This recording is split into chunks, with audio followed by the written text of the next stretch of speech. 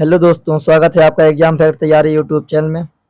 दोस्तों, आज हम पढ़ेंगे ब्रिटिश राज्य के सामाजिक एवं आर्थिक प्रभाव, जो आपके UP triple S C PET 2023 और आगामी सभी परीक्षाओं के लिए महत्वपूर्ण प्रश्न साबित होंगे, क्योंकि यह प्रश्न पिछले एग्जामों में पूछे गए हैं और इनकी एक्स्ट्रा डिटेलिंग में जो प्रश्न हैं वो आपके आगामी परीक्षाओं में पूछे जा सकते हैं।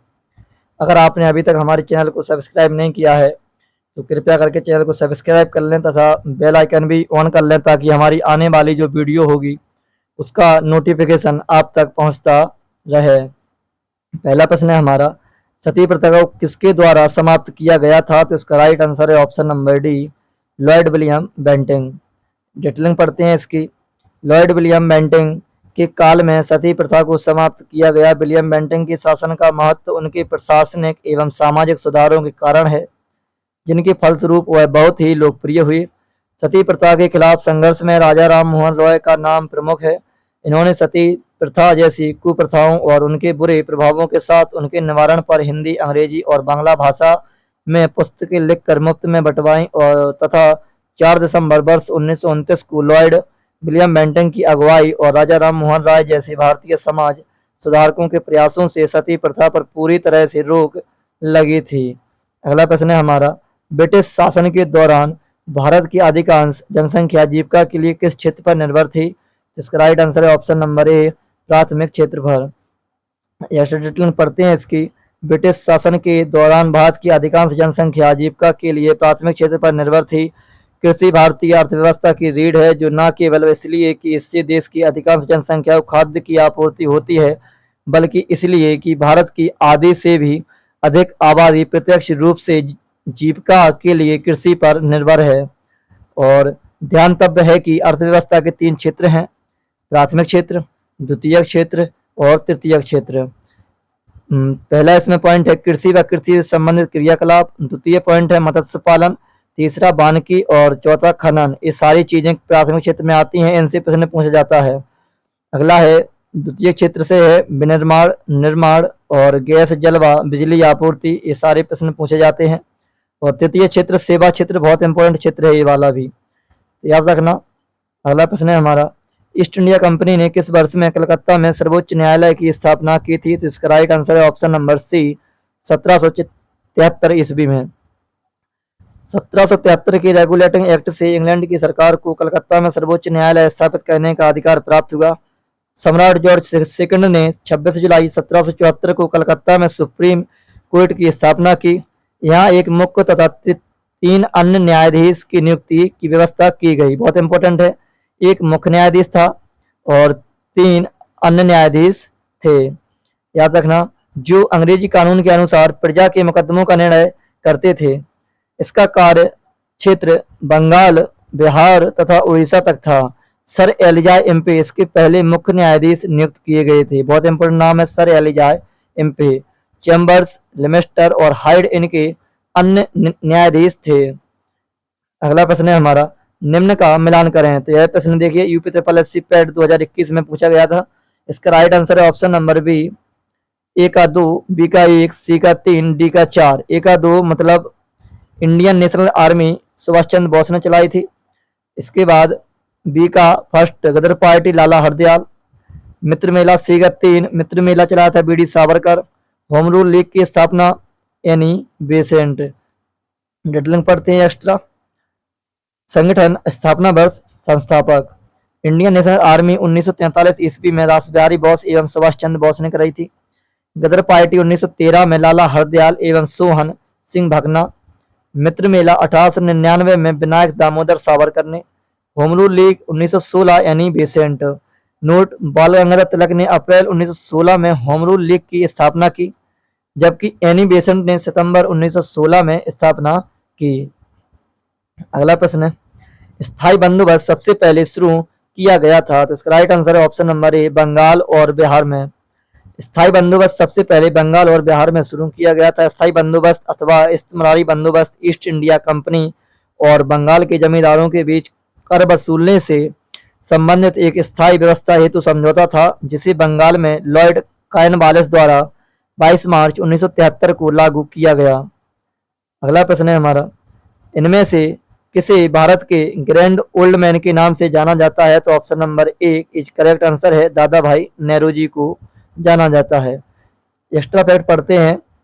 दादा भाई नेहरू को उनके कार्यों के सम्मान में भारत का ग्रैंड ओल्ड मैन के नाम से जाना जाता है। इन्होंने 1851 में रहनुमाई माजदायन सभा राब्त गुप्तार पत्र 1866 में ईस्ट इंडिया एसोसिएशन लंदन में स्थापना एवं वर्ष 1886 1893 1906 ईस्वी में 3 बार कांग्रेस के अध्यक्ष बनाए गए।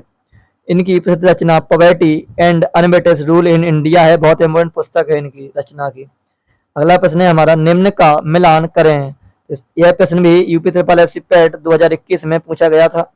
इसका राइट आंसर है ऑप्शन नंबर सी, ए का थर्ड ब्रह्म समाज राजा राम मोहन रॉय, और बी का फर्स्ट रामकृष्ण मिशन स्वामी विवेकानंद, और सी का दूसरा तो आर्य समाज दयानंद सरस्वती, और डी का पांचवा सत्यशोधक समाज ज्योतिबा राव फूले। ऐसे प्रश्न भी एग्जाम में पूछे लिए जाते हैं। और एक्स्ट्रा फैक्ट इनकी पढ़ते हैं। राजा राम मोहन रॉय ब्रह्म समाज के संस्थापक थे। ब्रह्म समाज राजा राम मोहन रॉय और कब की थी? तो 1828 में। आर्य समाज दयानंद सरस्वती 1875 में। रामकृष्ण मिशन विवेकानंद ने 1897 में, और सत्यशोधक समाज ज्योतिबा राव फूले 1873 ईस्वी में। अगला प्रश्न है हमारा, स्पेस में ब्रिटिश सरकार ने भारत में सरकार की संरचना के कुछ सुधारों की घोषणा की, जिन्हें मार्ले मिंटो सुधार के रूप में जाना जाता था। इसका right answer option number B 1909। 1909 ईस्वी के भारत शासन अधिनियम को भारत सचिव और वायसराय के नाम पर मार्ले मिंटो सुधार भी कहा जाता है। यह प्रश्न काफी एग्जामों में पूछा गया प्रश्न है। इस एक्ट के तहत केंद्रीय व प्रांतीय विधानमंडलों के आकार एवं शक्ति में वृद्धि की गई तथा मुस्लिमों के पृथक निर्वाचन एवं मताधिकार की व्यवस्था की गई। इसके परिणाम स्वरूप हिंदू मुस्लिम एकता में दरार पड़ गई, जो कालांतर में भारत के विभाजन का आधार बनी। अगला प्रश्न है हमारा, भारत में पहली रेलगाड़ी किस वर्ष में और किन दो स्थानों के बीच चलाई गई थी? इसका राइट आंसर है ऑप्शन नंबर सी 1853 में बम्बई थाने के मध्य। एक्स्ट्रा डिटेलिंग पढ़ते हैं इसकी। भारत में पहली रेलगाड़ी लॉर्ड डलहौजी के गवर्नर काल में 16 अप्रैल 1853 में मुंबई से ठाणे के मध्य 34 किलोमीटर छोटे रेलमार्ग पर चलाई गई थी। पहला विद्युतीकरण रेल मार्ग मुंबई से कोयला के मध्य बनाया गया। भारतीय रेल एशिया की बृहत्तम एवं विश्व की तृतीय बृहत्तम रेलवे प्रणाली है। रेलवे की लंबाई की दृष्टि से भारत का चौथा स्थान अमेरिका, रूस, चीन के बाद है। अगला प्रश्न है हमारा, भारत में सबसे पहली जनगणना किस वर्ष में हुई थी? इसका राइट आंसर है 1872 ऑप्शन नंबर बी। यह प्रश्न एनटीपीसी ग्रुप डी और देखिए इसमें भी आया हुआ है गणना पर्यवेक्षक 2016 के पेपर में। यही प्रश्न रिपीट होते हैं, अच्छे से पढ़िएगा तो एग्जाम प्रश्न में जो प्रश्न है वो एग्जाम में जरूर मिलेंगे। भारत में जनगणना की शुरुआत 1872 में लॉर्ड मेयो के शासनकाल में हुई थी। भारत में नियमित जनगणना की शुरुआत 1881 में लॉर्ड रिपन के कार्यकाल में हुई। 2011 की जनगणना भारत की 15वीं जनगणना तथा स्वतंत्र भारत की 7वीं जनगणना है। अगला प्रश्न है हमारा, 1866 ईस्वी में भारत के संदर्भ में चर्चा करने और भारतीय कल्याण को बढ़ावा देने के लिए ब्रिटिश सार्वजनिक अधिकारियों को प्रभावित करने के लिए लंदन में ईस्ट इंडिया एसोसिएशन का आयोजन किसने किया? इसका राइट आंसर है ऑप्शन नंबर ए दादा भाई नेहरू जी। एक्स्ट्रा डिटेलिंग पढ़ते हैं। दादा भाई नेहरू जी ब्रिटिशकालीन भारत के एक पारसी बुद्धिजीवी राजनीतिक एवं सामाजिक नेता थे। उन्हें भारत का वयोवृद्ध पुरुष कहा जाता है। 1866 में भारत के संदर्भ में चर्चा करने और भारतीय कल्याण को बढ़ावा देने के लिए ब्रिटिश सार्वजनिक अधिकारियों को प्रभावित करने के लिए लंदन में ईस्ट इंडिया एसोसिएशन का गठन किया। वह 1892 से 1895 तक यूनाइटेड किंगडम के हाउस ऑफ कॉमन्स के सदस्य थे। अगला प्रश्न है, निम्नलिखित में से कौन सी प्रणाली भारत में ब्रिटिश शासन के दौरान भूमि राजस्व प्रणाली से संबंधित नहीं थी? इसका राइट आंसर है ऑप्शन नंबर सी दस्तक प्रणाली। जमींदारी थी, स्थायी बंदोबस्त इसका नाम है, महलवाड़ी थी, रैयतवाड़ी भी थी। अंग्रेजों के आगमन से पूर्व भारत में जो परंपरागत भूमि व्यवस्था कायम थी। उसमें भूमि पर किसानों का अधिकार था तथा फसल का एक भाग सरकार को दे दिया जाता था। वर्ष 1765 में इलाहाबाद की संधि के द्वारा ईस्ट इंडिया कंपनी ने बंगाल, बिहार एवं उड़ीसा की दीवानी प्राप्त कर ली। यद्यपि 1771 ईस्वी तक ईस्ट इंडिया कंपनी ने भारत में प्रचलित पुरानी भू राजस्व प्रणाली को जारी रखा, परंतु कंपनी ने भू राजस्व की दरों में वृद्धि कर दी। मुख्य रूप से अंग्रेजों ने भारत में 3 प्रकार की भू राजस्व पद्धतियां लागू की। पहला, जमींदारी पद्धति 1773 ईस्वी। दूसरी, रैयतवाड़ी पद्धति 1792 ईस्वी। और तीसरी, महालवाड़ी पद्धति 1822 ईस्वी। जबकि 10 तक कोई भू राजस्व प्रणाली नहीं है। अगला प्रश्न है, 1764 ईस्वी में ब्रिटिश ईस्ट इंडिया कंपनी द्वारा स्थापित भारत का पहला डाकघर निम्नलिखित में से किस स्थान पर था? इसका राइट आंसर है ऑप्शन नंबर डी, बॉम्बे अब मुंबई। भारत में पहला डाकघर 1764 में बॉम्बे अब मुंबई में ब्रिटिश ईस्ट इंडिया कंपनी द्वारा स्थापित किया गया था। अक्टूबर 1854 को पहला अखिल भारतीय डाकघर जारी किया गया था। अगला प्रश्न है हमारा, हिंदू विधवा पुनर्विवाह अधिनियम 1856, जिसे अधिनियम एक्स भी 1856 भी कहा जाता है, 26 जुलाई 1856 को लागू हुआ, जिसे लॉर्ड स्पीच द्वारा पारित किया गया था। इसका राइट आंसर है ऑप्शन नंबर सी, कैनिंग के द्वारा इसे पारित किया गया था। एक्स्ट्रा डिटेलिंग पढ़ते हैं इसकी।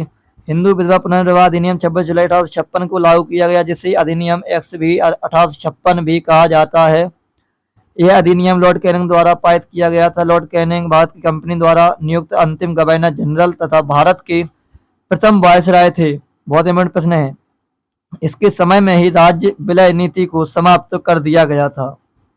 अगला प्रश्न है, 1891 में बी.एम. मालाबारी के प्रयासों को तब फल मिला जब सहमति की उम्र अधिनियम को पारित किया गया, जिसके अनुसार स्पेस 22 से कम की बालिका को विवाह पर प्रतिबंध था। इसका राइट आंसर है ऑप्शन नंबर बी, 12 वर्ष की कम की बालिकाओं पर विवाह का प्रतिबंध था। एक्स्ट्रा डिटेलिंग पढ़ते हैं। सन 1891 ईस्वी में लॉर्ड लैंसडाउन के शासनकाल में पारित पेज ऑफ कंसेंट एक्ट अधिनियम के तहत बालिकाओं के लिए विवाह की न्यूनतम आयु 12 वर्ष निर्धारित की गई। अगला प्रश्न है, 1795 और 1804 के बंगाल विनिमय अधिनियमों ने स्पेस घोषित किया। तो इसका राइट आंसर है ऑप्शन नंबर बी, कन्या हत्या को अवैध घोषित किया था। 1795 ईस्वी और 1804 ईस्वी के बंगाल विनियमन अधिनियमों द्वारा कन्या हत्या को अवैध घोषित किया गया। इस अधिनियम के अंतर्गत शिशु हत्या पर प्रतिबंध लगाया गया था। अगला प्रश्न है, हंटर आयोग ने किसके विकास पर अधिक बल दिया? बहुत इंपॉर्टेंट है हंटर आयोग। इसका राइट आंसर है ऑप्शन नंबर ए, प्राथमिक शिक्षा। एक्स्ट्रा डिटेलिंग पढ़ते हैं। हंटर शिक्षा आयोग की स्थापना ब्रिटिश शासनकाल में लॉर्ड रिपन द्वारा 1882 से 83 ईस्वी में की गई थी। चार्ल्स वुड के घोषणा पत्र द्वारा शिक्षा के क्षेत्र में हुई प्रगति की समीक्षा के लिए सरकार ने विलियम विल्सन हंटर की अध्यक्षता में इस आयोग की नियुक्ति की। हंटर शिक्षा आयोग की प्राथमिक और माध्यमिक शिक्षा की समीक्षा तक ही सीमित रखा गया था। इस आयोग ने प्राथमिक स्तर पर शिक्षा के लिए महत्व पर अधिक बल दिया तथा उन्हें स्थानीय भाषा और उपयोगी विषय में शिक्षा देने का सुझाव दिया। अगला प्रश्न है, भारत में यातायात व्यवस्था की शुरुआत का श्रेय किसको जाता है? इसका आंसर ऑप्शन नंबर बी है, भारत में यातायात व्यवस्था की शुरुआत का श्रेय ब्रिटिश शासक को जाता है। 1854 ईस्वी में गवर्नर जनरल लॉर्ड डलहौजी द्वारा भारत के मुख्य स्थानों को जोड़ने के लिए रंक लाइन की रूपरेखा बनाई। ईस्ट इंडिया कंपनी ने रेलवे की शुरुआत 16 अप्रैल 1853 ईस्वी को किया। अगला प्रश्न है, महालवाड़ी प्रणाली कहाँ लागू की गई थी? इसका राइट आंसर है option number B, Uttar Pradesh में। महालवाड़ी व्यवस्था के अंतर्गत उत्तर प्रदेश, मध्य प्रांत और पंजाब प्रांत आते थे, जो ब्रिटिश भारत के कुल भूभाग का 30% था। एक्स्ट्रा डिटेलिंग पढ़ते हैं इसकी।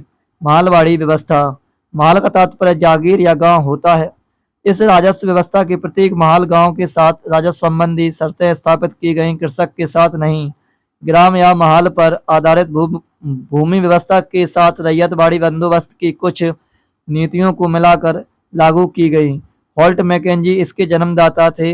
1819 के प्रतिवेदन में महालवाड़ी व्यवस्था का उल्लेख है। 1822 ईस्वी में इसे लागू किया गया।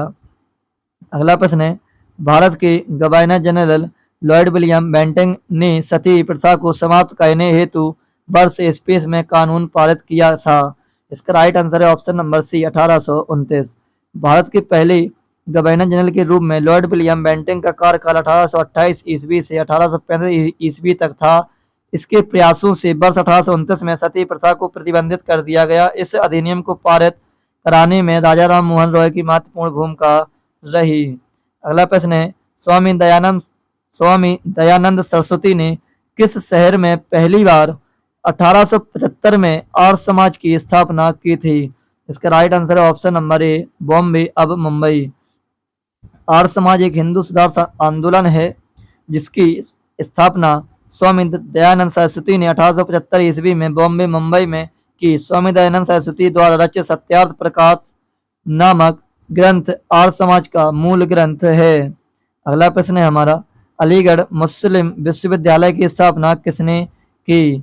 इसका राइट आंसर है ऑप्शन में है इसका राइट आंसर है ऑप्शन नंबर ए अलीगढ़ मुस्लिम विश्वविद्यालय की स्थापना सर सैयद अहमद खान ने 1875 ईस्वी में मोहम्मद एंग्लो ओरिएंटल कॉलेज के इस रूप में स्थापित किया था।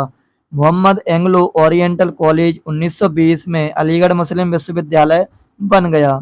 अगला प्रश्न है, 1828 में ब्रह्म समाज की स्थापना निम्नलिखित में से किसके द्वारा की गई थी? इसका राइट आंसर है ऑप्शन नंबर ए राजा राम मोहन रॉय द्वारा। फैक्ट पढ़ते हैं इसका। 1828 में ब्रह्म समाज की स्थापना राजा राम मोहन रॉय ने किया था। उन्होंने ब्रह्म समाज के अंतर्गत कई धार्मिक रूढ़ियों को बंद करा दिया, जैसे सती प्रथा। स्वामी विवेकानंद ने रामकृष्ण मिशन की स्थापना किया व स्वामी दयानंद सरस्वती ने आर्य समाज की स्थापना की थी। अगला प्रश्न है, स्पेस भारत में राजनीतिक सुधारों के लिए आंदोलन शुरू करने वाले पहले भारतीय नेता थे। तो इसका राइट आंसर है ऑप्शन नंबर बी राजा राम मोहन रॉय। एक्स्ट्रा फैक्ट पढ़ते हैं। राजा राम मोहन रॉय भारत में राजनीतिक सुधारों के लिए आंदोलन शुरू करने वाले पहले भारतीय नेता थे। ए मानवतावादी थे। उनकी विश्व बंधुत्व में गहरी आस्था थी। ए जीवन की स्वतंत्रता तथा समाप्ति ग्रहण करने के प्राकृतिक अधिकारों के समर्थक थे। अगला प्रश्न है हमारा, स्वामी विवेकानंद द्वारा 1897 में स्पेस क्या किया गया था? तो इसका राइट आंसर है option number C Ramakrishna mission की स्थापना की गई थी 1897 में स्वामी विवेकानंद के द्वारा। कई जगह प्रश्न आया हुआ है। कृषि प्रावैधिक 2019, राज्य मंडी परिषद 2019, राज्य मंडी परिषद 2019। स्वामी विवेकानंद ने 1897 ईस्वी में रामकृष्ण मिशन की स्थापना पश्चिम बंगाल के वेल्लूर मठ में की थी। ये रामकृष्ण परमहंस के प्रमुख शिष्य थे। इन्होंने 1893 ईस्वी में शिकागो अमेरिका में आयोजित प्रथम विश्व धर्म सम्मेलन में भाग लिया। अमेरिका जाने से पूर्व महाराजा खेतड़ी के सुझाव पर इन्होंने अपना नाम स्वामी विवेकानंद रखा। इनका भाषण सुनकर अमेरिकी अखबार न्यूयॉर्क हेराल्ड ने लिखा था कि निश्चित रूप से विश्व धर्म सम्मेलन के सर्व प्रमुख व्यक्ति स्वामी विवेकानंद थे। अगला प्रश्न है हमारा। तो देखिए दोस्तों, यहाँ तक अपन ने बहुत सारे प्रश्न पढ़ लिए और ये सारे प्रश्न इंपॉर्टेंट ही हैं। आपके आगामी सही परीक्षाओं में पूछे जा सकते हैं। आपको वीडियो कैसी लगी कमेंट में जरूर बताएं। जय हिंद, जय भारत।